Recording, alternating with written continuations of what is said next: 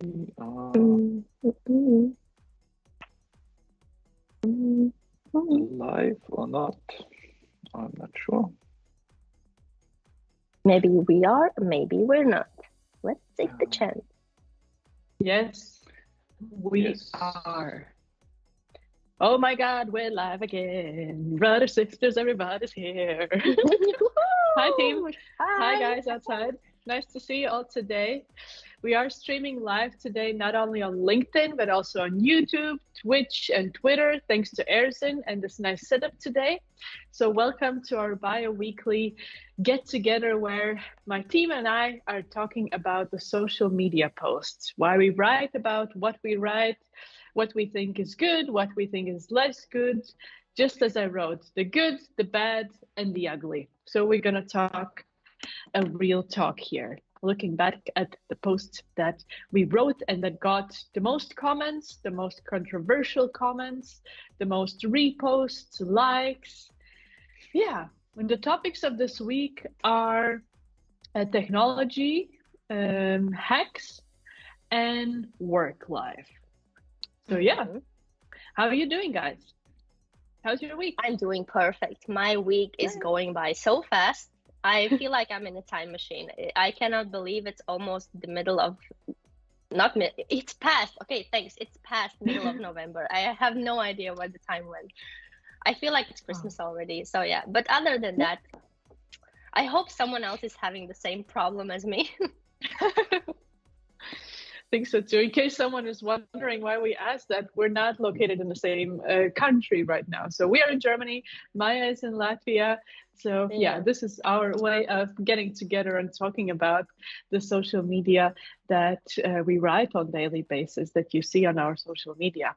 Ersin, how are you doing? Mm. Thank you for the setup. No worries. You're welcome. I'm doing great. Looking forward for a nice live. And I would say Okay, let's start directly. let's So do that. let's start. Let's do that. I Oh. love that photo. I only chose this post simply because of the photo, purely because of the photo. No, no, I'm kidding. But it is a great photo. Thank you. I mean, yeah, it's. I haven't seen such a beautiful day in Latvia for a while, but today seems like to be a good place for it. So yeah, enjoy the photo while I'm speaking about the text that I wrote. So yeah, is new always better? And you can ask this question regarding anything actually. I did speak about tech. For example, there was one comment that I found amazing. I haven't had my computer ever for so long, but one of my commentators wrote that his computer is running on 15 years now.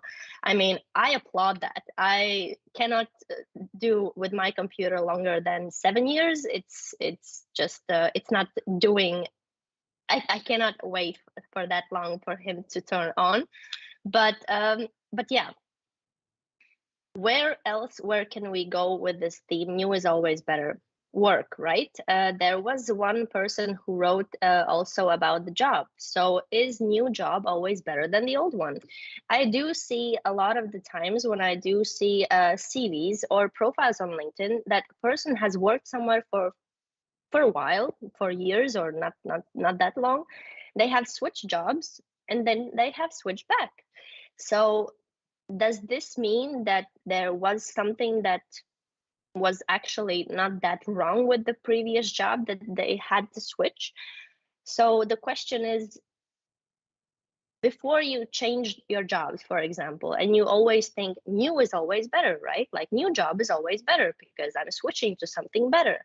So how does it come that people change their jobs back to the previous one? So does it mean that new is not always better? So this is the discussion that I had in the comment section. So, what would you guys say? Would you think that a new job, for example, because we are speaking about the job and this environment, would you say that a new job is always better, or is there some value to trying to bring some kind of life into your old job? Maybe try to speak with your manager about the things that's bothering you before you just jump off old job train and onto the new one? What would you say? I think something must happen so that you actually come to the idea of changing jobs, you know? I mean, sometimes you can talk about it with your manager, sometimes they're not that open to the conversation, and that's what leads you to actually changing. But I think here the story is more about like leaving the door open and not burning bridges when you leave a place, you know? Because we never know where life might take us.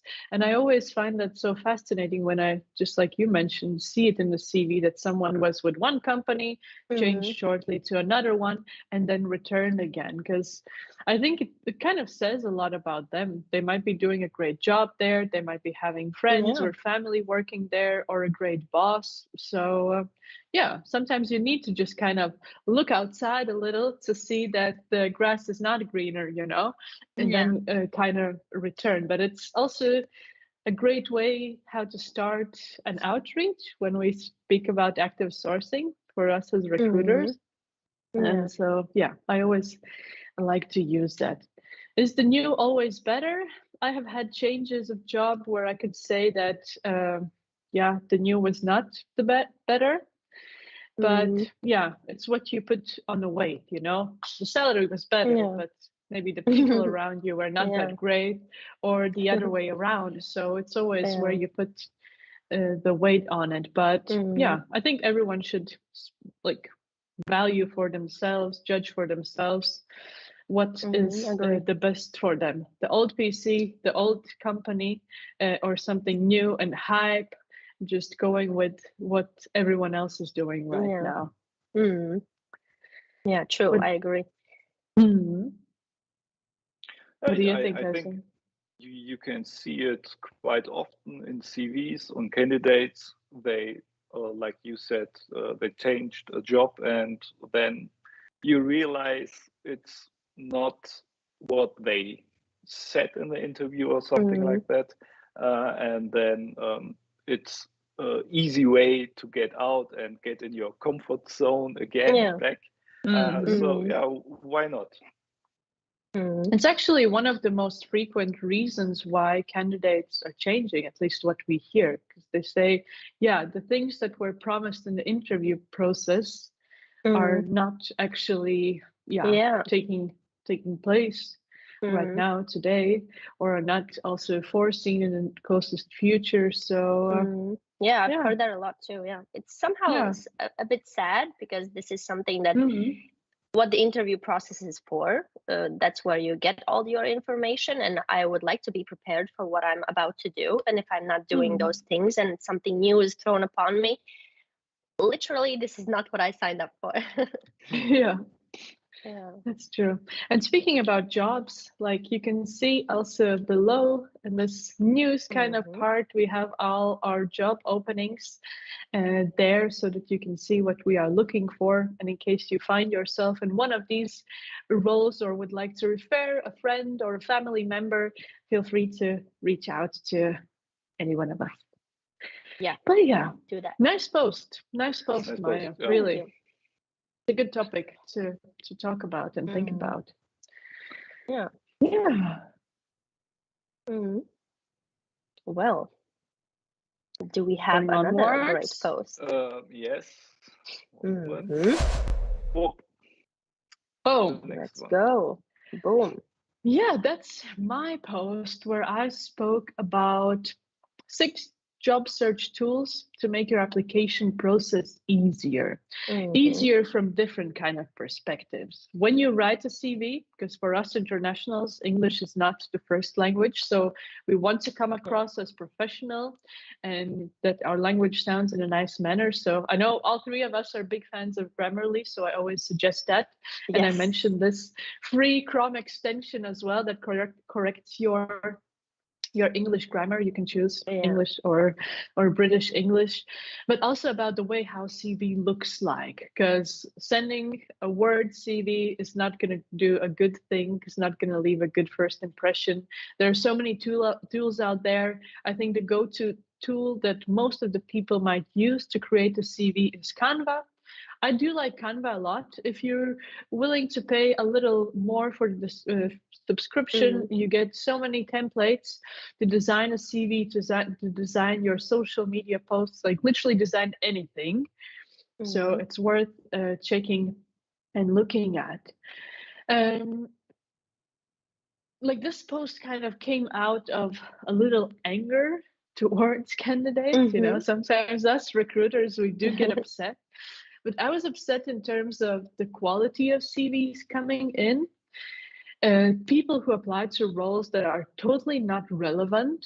And so with these tips, I was kind of trying to make them aware of the ways how to make these tools that are available out there work for them, in order to not come across as someone who writes that their English is fluent, but has their CV full of grammar mistakes, or otherwise has a word CV and stuff.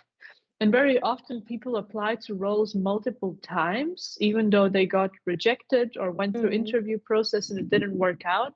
I mean, here you have to see if it's worth applying after some time or no, but constantly applying again just makes me, as a recruiter, think that you have no structure whatsoever about your job search. I remember back in 2018 when I was looking for a job after I came home from my sabbatical from time abroad. I was literally having an Excel file of company names, position names, where I applied, when I applied, interview status, application status, time when I should follow up, and was literally going through this to have some kind of a structure. And here there are really cool, like, artificial intelligence based algorithms that even filter jobs out for you so that you don't have to really search for them. You can also track and trace down the HR manager's email addresses in case you don't have them. Have your complete process structured also by a specific app, and they don't cost anything, most of them. So it's also something how you can make your application process much more exciting for yourself, rather than just sitting down and thinking, oh God, day number 105, application number 1050, so let's go. So yeah, and this post, what I liked, it got 20 likes, 2.7 thousand impressions.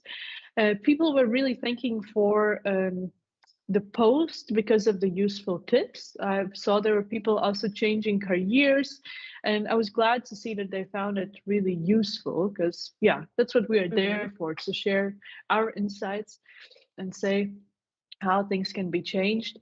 And it got reposted 3 times, meaning that someone saw the value and wanted to share that with their network, which I'm always very thankful about. So I don't know, do you have some ideas of tools that you have discovered that were like game changing for you, or that you would say, oh, this really helps in case you're searching for a job right now?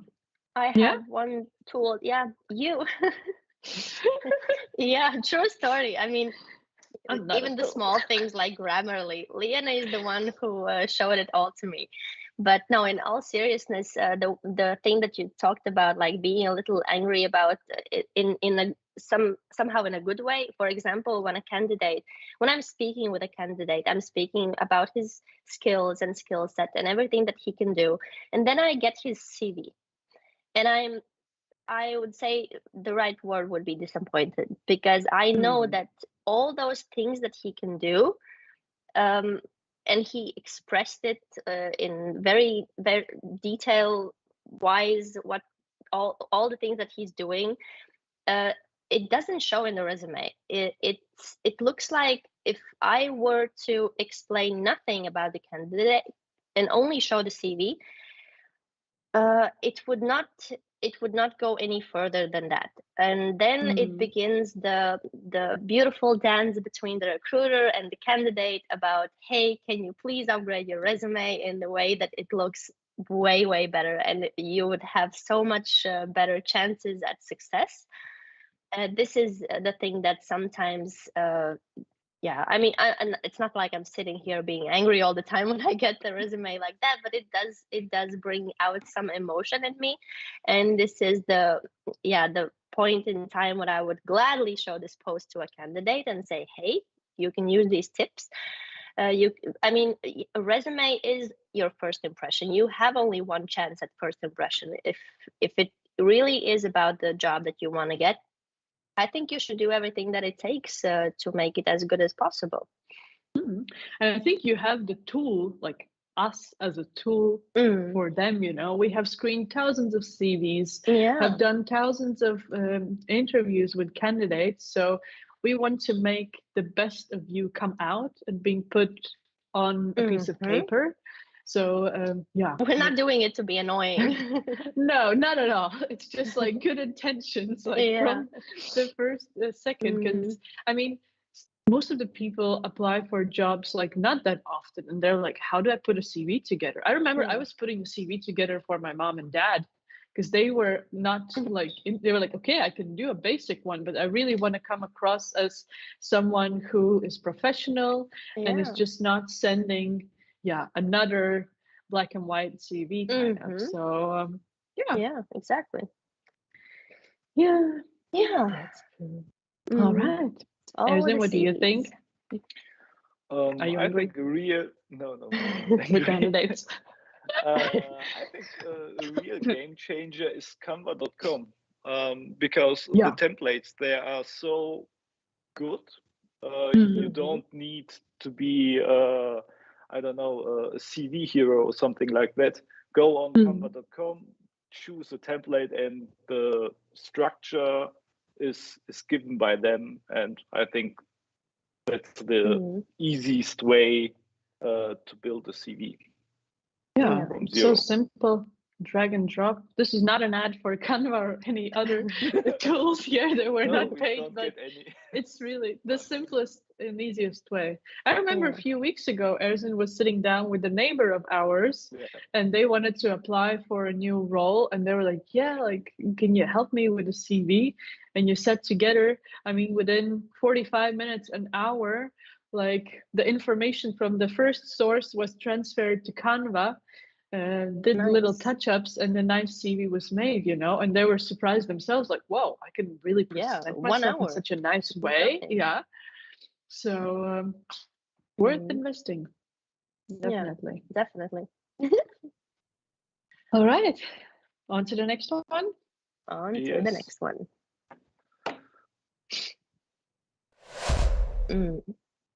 Love this photo of us. Me too. That's from the time when we were all together. Oh my God, it seems like forever ago. Like I said, I'm still living in my time machine. So true. So true. Yeah. Well. Tell us more. What was it about that you wrote? Well, how do you build a team? How do you build a dream team? How do you do it? Like, where do you begin? I do believe that you guys could have some great insights on that as well, because you are the ones building your team, literally. But I have been a part of teams that are being built, and I do see a lot of happening on the inside. So there are many mistakes you can make while building your team, and there are a lot of things you can improve. And of course, we all talk about how difficult it is to find good people, to find good employees. You can have like two amazing specialists at their field, but they cannot work together with each other, so they're not going to be a good team. So what does it come down to? Well, basically, we're all humans, so it does come down to us working together. It doesn't really, of course, it matters.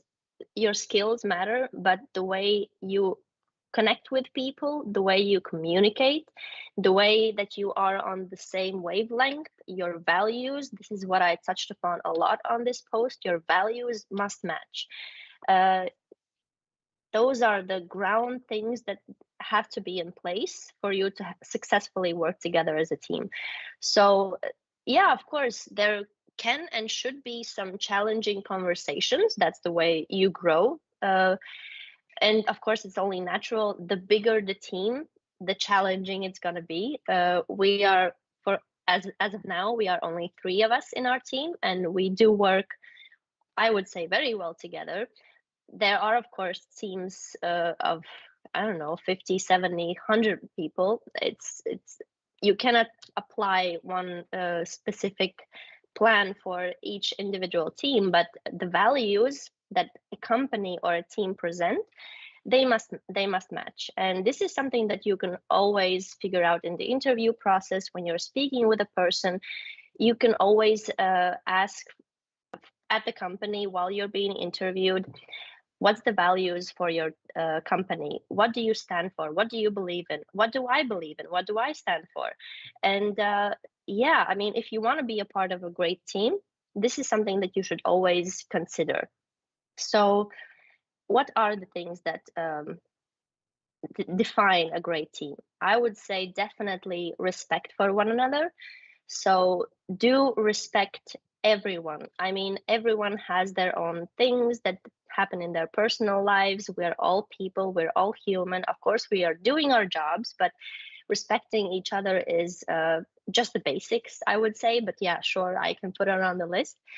Then definitely one other important thing would be understanding of how the other person functions.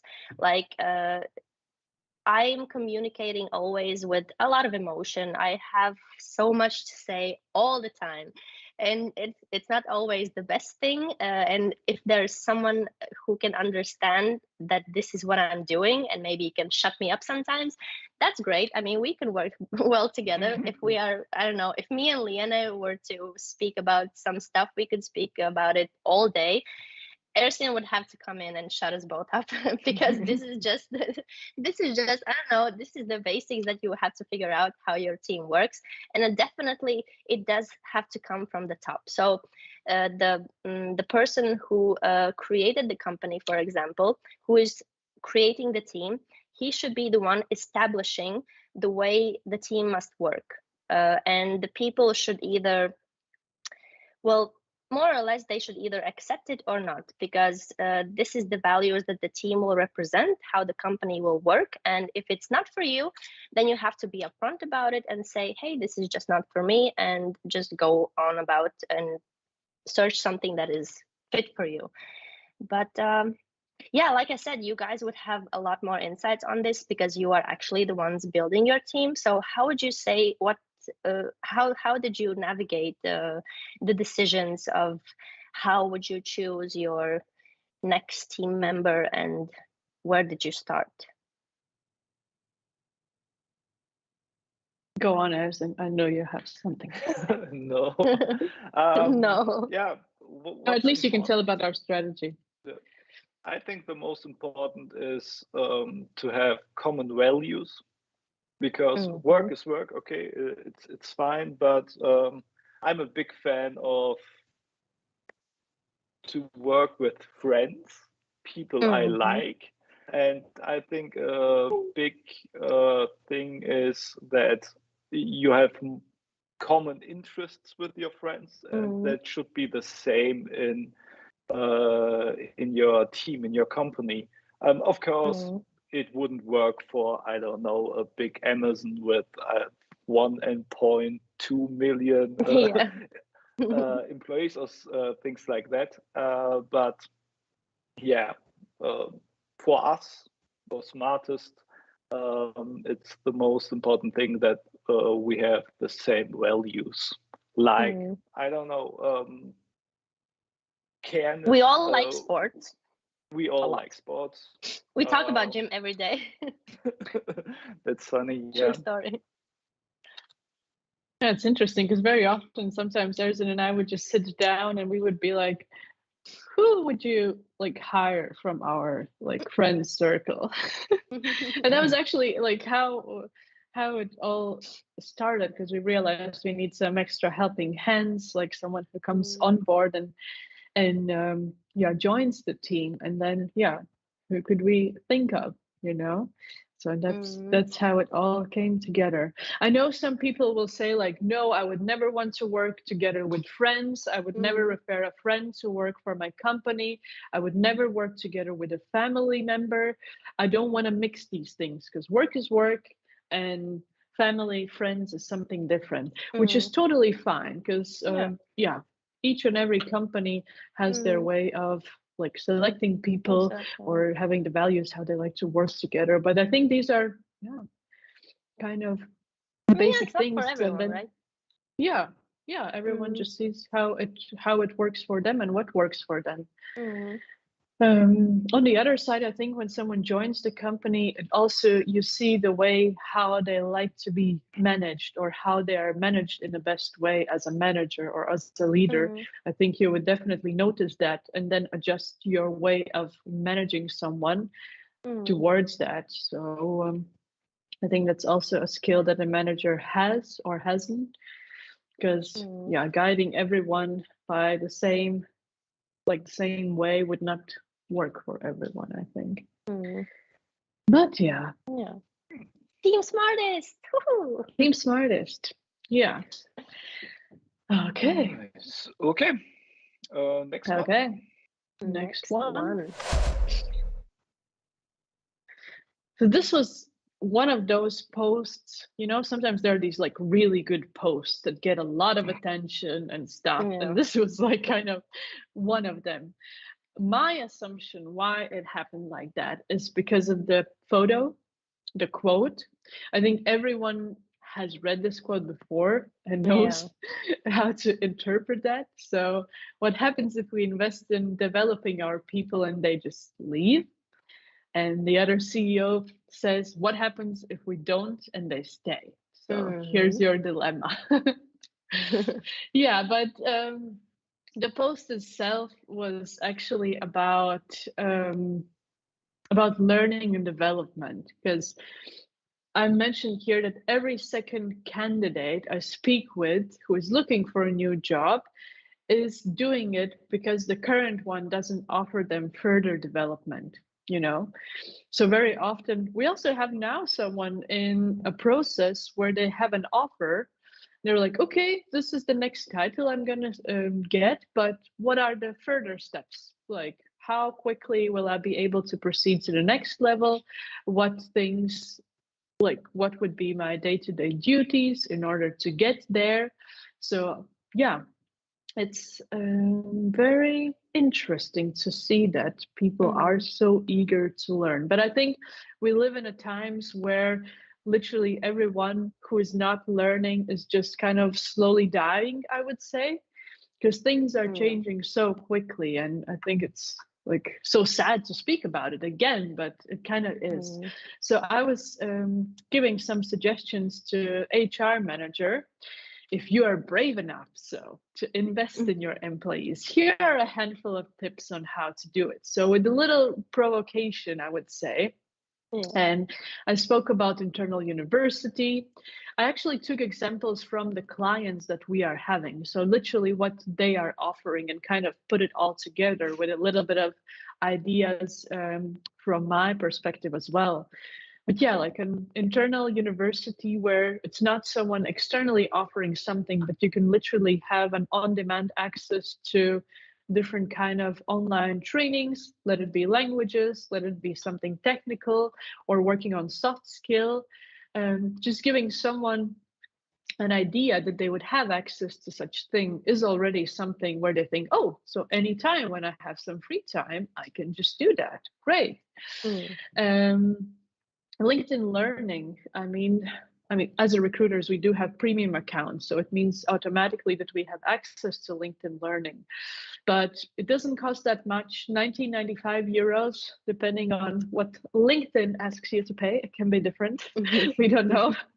We don't know how they actually do that, which is a mystery for us. But also a great source of video lectures, around different kind of topics. And the cool thing is here that your employees can show it off on their LinkedIn page, in that way also adding value to your company, because competitors would see like, oh, like all the employees are constantly learning. Like that's very cool. And there's this huge debate about international candidates coming to Germany, not knowing the language directly. Yeah, we're lacking people, but how about just investing in language courses or having internally a buddy who, can, I don't know, show around in terms of languages and give some kind of directions where to go, how to learn, or just spend some time with them in order to practice the language. So yeah, setting up something online or offline, and depending on what works the best for the employee, is something I think companies should really think of, because the lack of employees, or yeah, the amount of employees are not getting more these days. They're getting less, literally. So if someone is a good specialist and the only thing missing is language, or it needs to be improved a little, let's invest in them, because then at the end of the day, they will be our greatest ambassadors. That's for sure. And we'll be so thankful for an opportunity. And I know internationals, I know myself, we all are internationals, all three of us. When we are given a chance, we give extra gas, like Germans would say.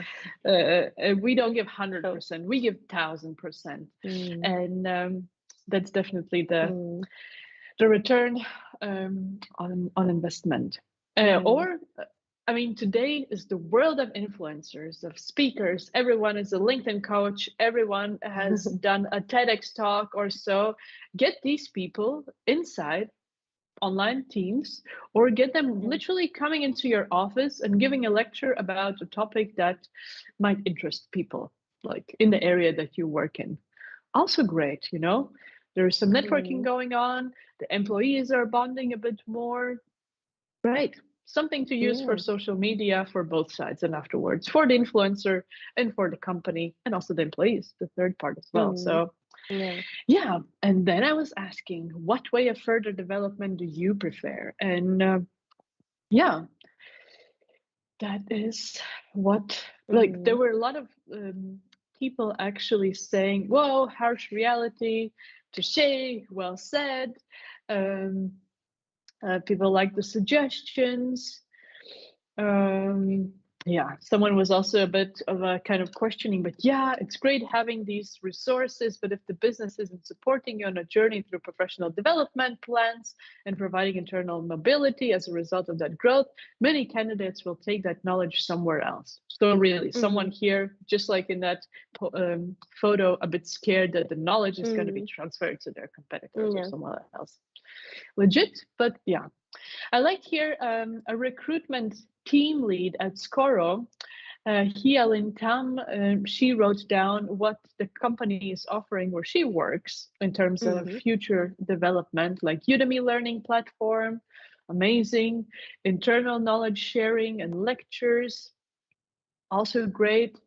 Internal job shadowing day, which is really cool, I think, or like internal internship where you can take over someone's role for some time. I mean, there are so many ways how to do that. It's just sitting down with the people, with your employees, asking what is that they need help with, what they would prefer as a learning platform or way, and there you go.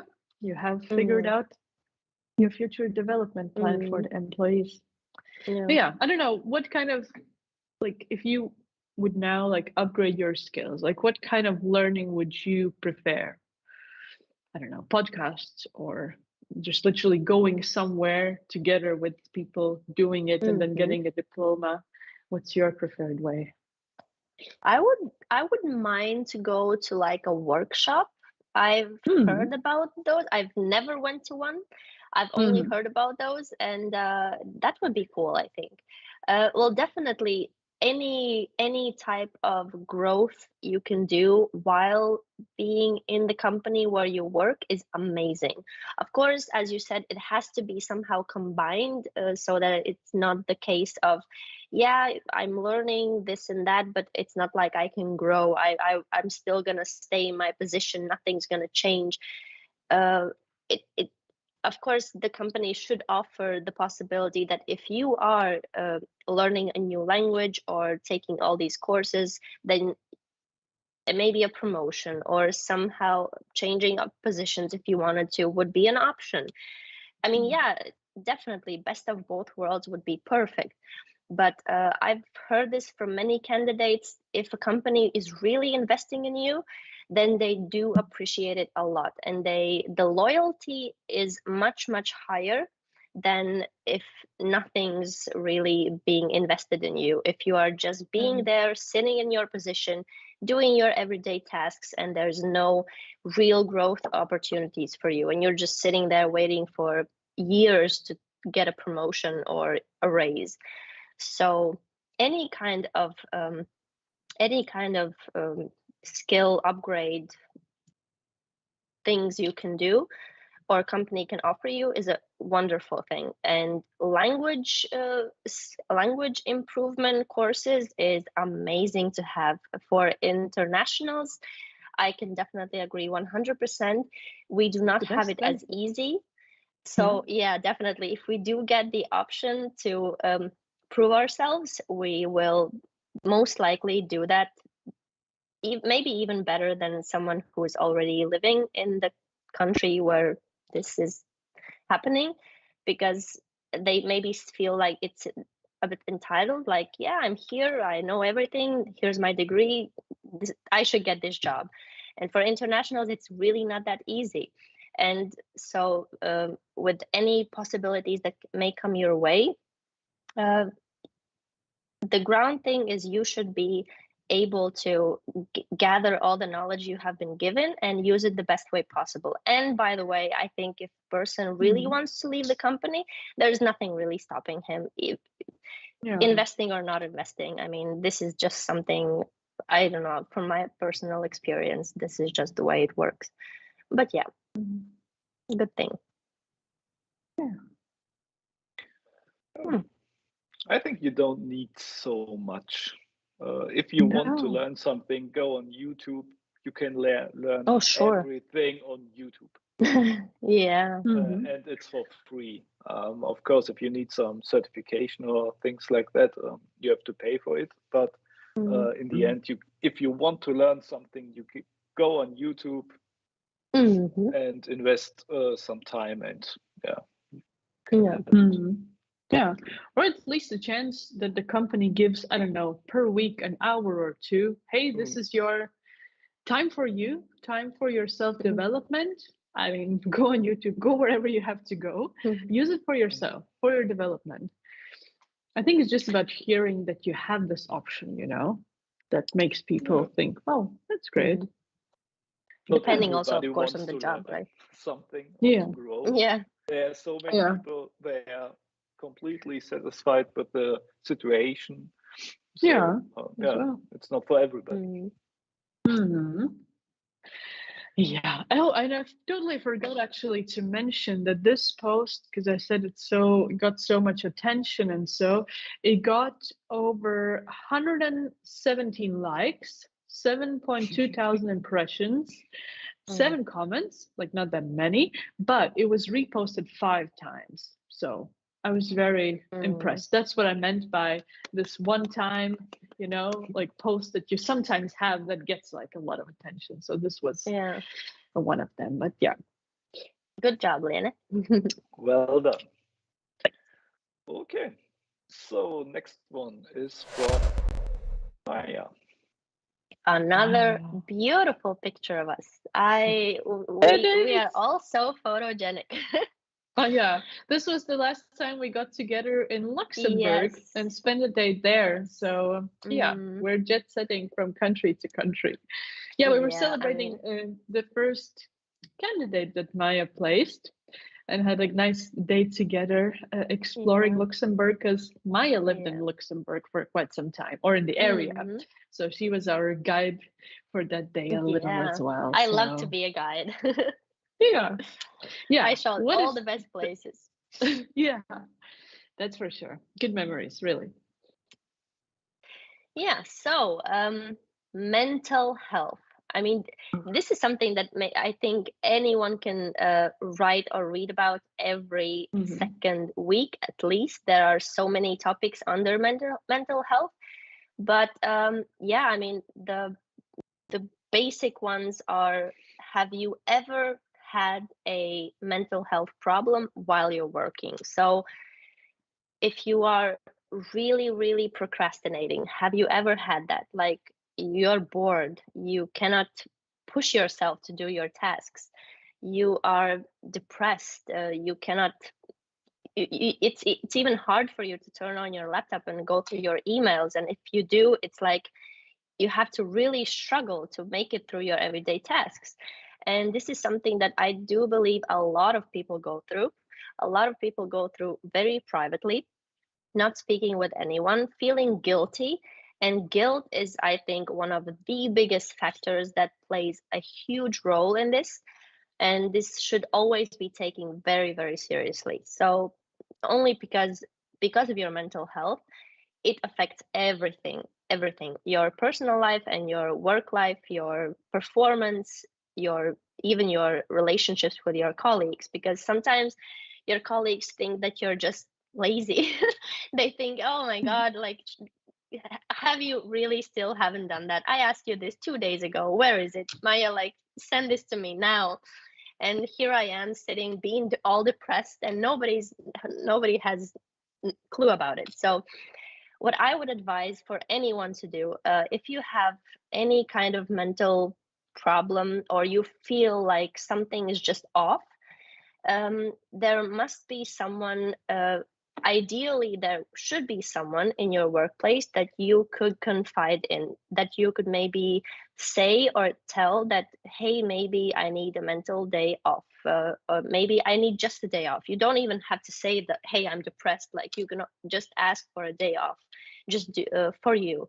Do things that maybe ground you or make you feel a bit more relaxed. If you are getting all these feelings from your everyday tasks, then maybe you should speak with your manager about somehow improving all of this. Maybe changing maybe, for example, there are people who in their jobs, they have to speak with a lot of people, like consultants, like they have to call people every day. A recruiter is also one of them. And maybe you have those days where you don't want to speak with anyone, and the fact that you have to is just bringing you down, down, down, and down. So maybe there's an option. You can speak with someone like, hey, maybe these days I can maybe shift my focus on more like emails and messages, and maybe I can, I don't know, change something. But whatever it may be, put a lot of focus on your mental health. Put a lot of focus on your priorities, and your priorities should be always you, and again, you. So what I would always advise, if you feel like there's anything wrong with your performance and you think it's mental, somehow connected to your mental health, do address it. Do address it with yourself, first of all, and ideally there should be someone in your work that you can address it with. Either it's a good colleague of yours who can maybe help you out with some stuff. Maybe you have a wonderful manager who's very supportive and understanding, who you can speak more openly about it. Or maybe there's a box where you can just throw in a letter and say all your negativities, like, I'm not satisfied with this, and that. Maybe you would feel better after that as well. But for me, this is the reason why I wrote this post. I just wanted to acknowledge that I have this wonderful team of people around me, Liene and Ersin. We're always updating each other about everything. We're speaking every day about how is everything going.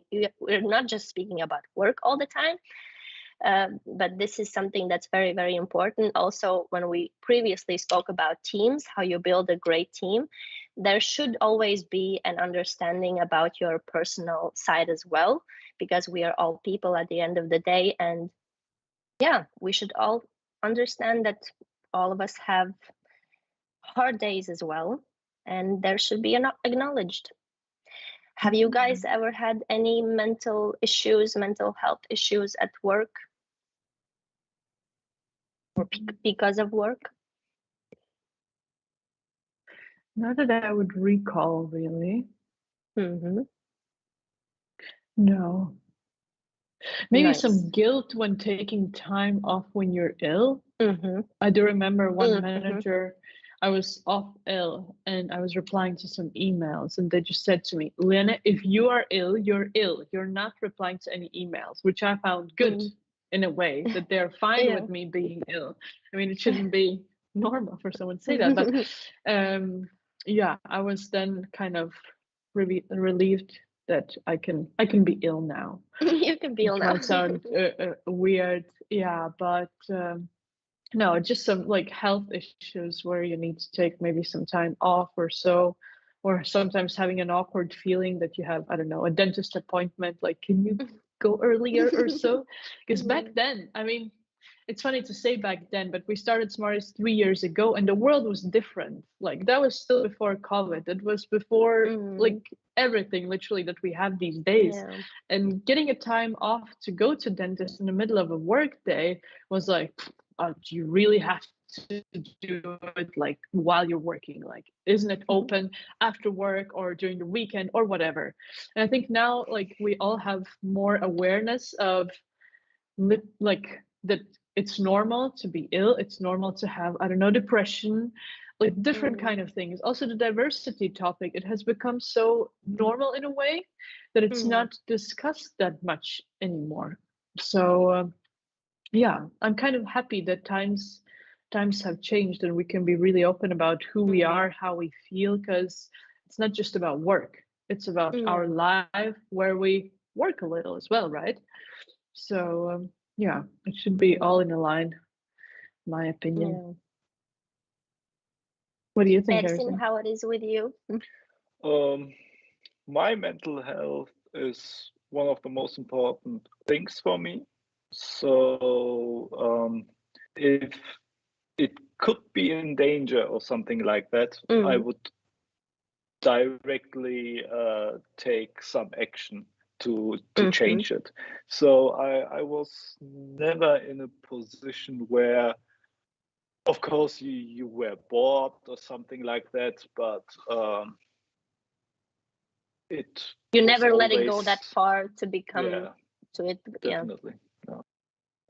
Nice. Good. Yeah. Nice. Okay, mental health. The next one is against mental health, I would say.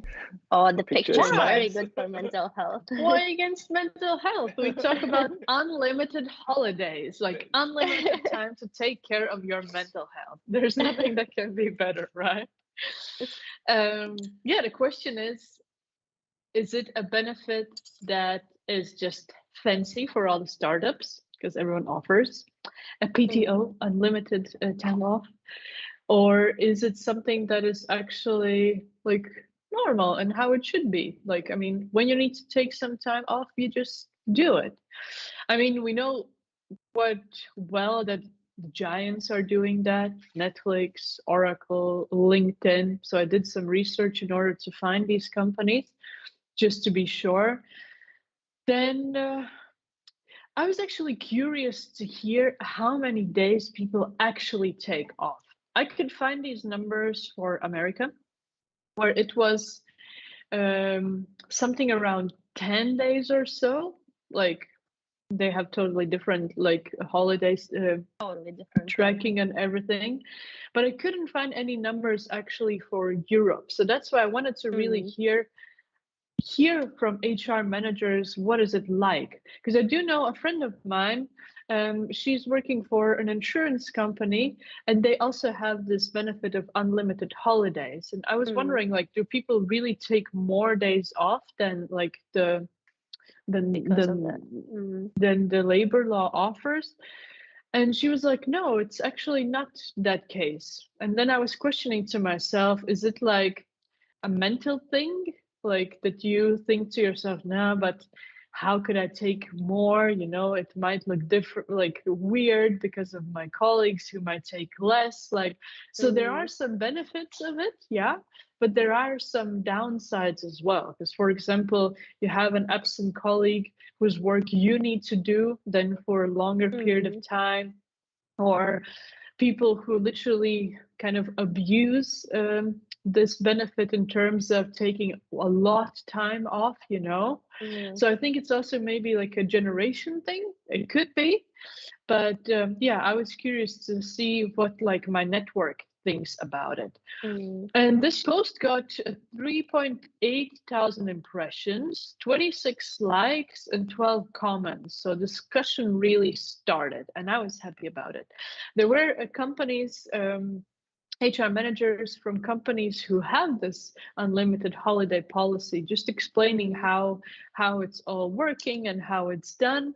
I really liked that, because there was one lady who literally wrote a detailed description about it, and 8 people liked her comment. I didn't look if those are actually all her colleagues who are just happy that she shares it or so, or was it really people who are thinking like, whoa, what a cool company.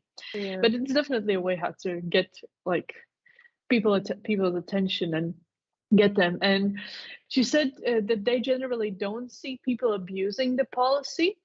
They value this opportunity and treat their team and work with respect. We have clear guidelines about what the policy means, like how to use it, what is expected, etc. So I think, yeah, as long as you have a good policy on how to go about these unlimited days off, then it's great. But yeah, she says that personally she thinks it's the most significant advantage is the freedom that comes with it, that you can literally decide how and when like you take your time off instead of like rushing back to work, because sometimes you're ill, you just think like, okay, I give this 3 days and then I'm going back to work because of the pile of work. And so that is very cool. Then Aya was writing that she's in Latvia, an HR manager in Latvia, and she said in Latvia it's not that like common that companies would offer such a generous benefit. So it's more kind of a hype thing, I would say. So that was interesting.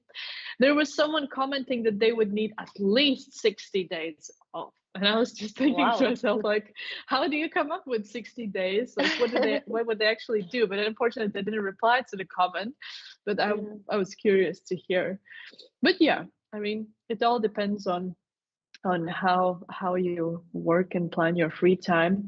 And then also the recruitment team lead from Scoro that commented the previous post of mine, she was saying that they don't have unlimited vacation days, but they have a 4-day work week without the compression of the 40 hours or a change in the salary, which is also an interesting thing, because with that you also gain 1 day more to do whatever you like.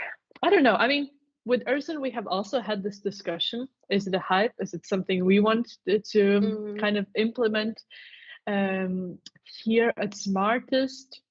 But yeah, it's still on a discussion level, I would say. But what do you guys think about it? I mean, Ersin, I don't know most likely what you think, but go on, Maija. I prefer the 4-week day. I think 30 days is enough. 30 days of holiday. What is the common thing in Germany? But I think about the 4-work-day week. That would be a boom. Yeah. I mean, I would like that. For holidays, I, for example, I've never taken out all of my holidays per year ever. I'm the type of person who HR always comes to and says, hey, Maija, you have to take this out, and we cannot, this is just the way it works. You cannot just, I don't know, collect all your holidays and then go off. I already have written the email for you that you have to take your holidays. Really? Right. Think about your mental health. Think about your mental health. Yeah. I don't know. Yes.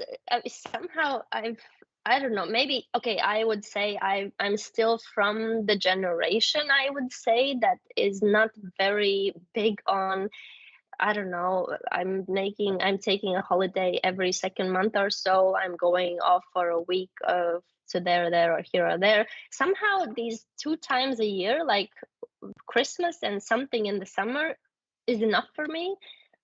Maybe, yeah, I mean, sure, I wouldn't cry if I would have more, but it's just not something how I'm used to functioning. This is just the way I work.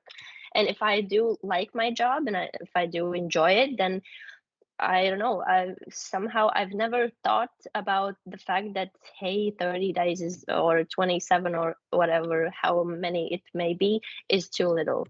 For me, it's never been the case yet. But yeah, I mean, 4-day week job, to work 4 days in a week wouldn't be as bad as well. But yeah, sure, it's all about the time management, the work management, and everything. That should all come together as well. It's not only about how many hours do you work, but how productive you are with those. Yeah. True that. True that. Yeah, let's see what Smartest comes up in 2023. How It's big we're gonna be a get, what huge benefits. Yeah. Yeah. We might offer, so keep an eye on 6 that. weeks to go. 6 weeks to go. Who would have thought, right? Mm. Oh man. Yeah. But it was great fun. You guys. All the time, every time. I love the lives with you guys. Yeah. Actually, in a couple of hours, we have our marketing and fun meeting for the week. That's where everything is being produced, all the content that you guys see. We decide on a topic and then we just shoot all the ideas that we have. So yeah, I think we are finished for today. Thank you so much for your input, Maija. Ersin, for your input. Thank you, Ersin. Yeah, we'll see us very, very soon. We're off to work on the next posts for the upcoming week so that we can get together again in 2 weeks and speak about everything. And yeah, let us know how you find our format. Is it good, bad? Should we change the time? Should we change the color or the platform? Let us know. We're very open when it comes to suggestions because it should suit you well. But other than that, have a great week. Little Friday is there already. Yeah. And yeah, see you guys very soon. Thank you so much. Thank you everyone for joining.